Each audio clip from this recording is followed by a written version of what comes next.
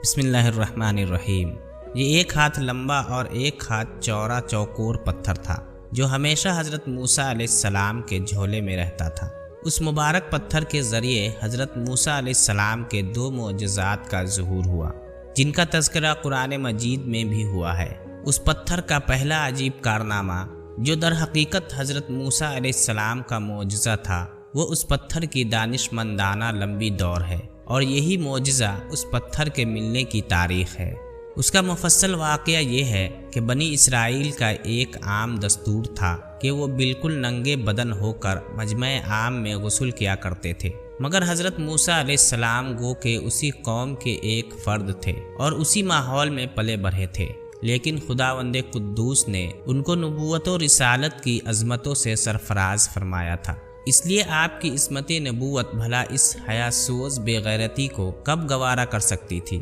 آپ بنی اسرائیل کی اس بے حیائی سے سخت نالا اور انتہائی بیزار تھے، اس لیے آپ ہمیشہ یا تو تنہائی میں یا تہبند پہن کر غسل فرمایا کرتے تھے۔ بنی اسرائیل نے جب یہ دیکھا کہ آپ کبھی بھی ننگے ہو کر غسل نہیں فرماتے تو ظالموں نے آپ پر بہتان لگا دیا کہ آپ کے بدن کے اندرونی حصے میں یا تو برس کا سفید داغ یا کوئی ایسا عیب ضرور ہے کہ جس کو چھپانے کے لیے یہ کبھی برہنہ نہیں ہوتے، اور ظالموں نے اس تہمت کا اس قدر اعلان اور چرچا کیا کہ ہر کوچہ و بازار میں اس کا پروپیگنڈا پھیل گیا۔ اس مکروہ تہمت کی سوزش کا حضرت موسیٰ علیہ السلام کے قلب نازک پر بڑا صدمہ اور رنج گزرا اور آپ بڑی کوفت اور اذیت میں پڑ گئے۔ تو خداوند قدوس اپنے مقدس کلیم کے رنج و غم کو بھلا کب گوارا فرماتا، اور اپنے ایک برگزیدہ رسول پر ایک عیب کی تہمت بھلا خالق عالم کو کب اور کیوں کر اور کس طرح پسند ہو سکتی تھی؟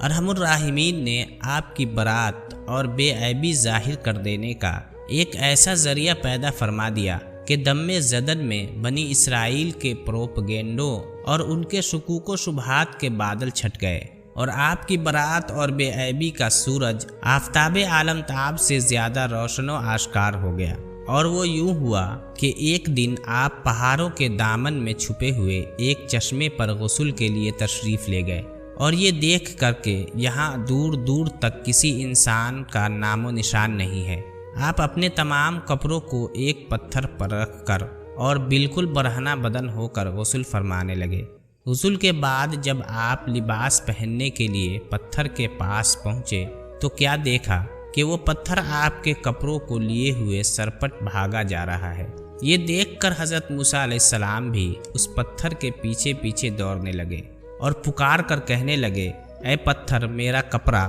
اے پتھر میرا کپڑا، مگر وہ پتھر برابر بھاگتا رہا، یہاں تک کہ شہر کی بڑی بڑی سڑکوں سے گزرتا ہوا گلی کوچوں میں پہنچ گیا، اور آپ بھی برہنہ بدن ہونے کی حالت میں برابر پتھر کو دوڑاتے چلے گئے۔ اس طرح بنی اسرائیل کے ہر چھوٹے بڑے نے اپنی آنکھوں سے دیکھ لیا کہ سر سے پاؤں تک آپ کے مقدس بدن میں کہیں بھی کوئی عیب نہیں ہے، بلکہ آپ کے جسم اقدس کا ہر حصہ حسن و جمال میں اس قدر نقطۂ کمال کو پہنچا ہوا ہے کہ عام انسانوں میں اس کی مثال تقریباً محال ہے۔ چنانچہ بنی اسرائیل کے ہر فرد کی زبان پر یہی جملہ تھا کہ خدا کی قسم موسیٰ بالکل ہی بے عیب ہیں۔ جب یہ پتھر پوری طرح حضرت موسیٰ علیہ السلام کی برات کا اعلان کر چکا تو خود بخود ٹھہر گیا۔ آپ نے جلدی سے اپنا لباس پہن لیا اور اس پتھر کو اٹھا کر اپنے جھولے میں رکھ لیا۔ اللہ تعالیٰ نے اس واقعہ کا ذکر قرآن مجید میں اس طرح بیان فرمایا ہے،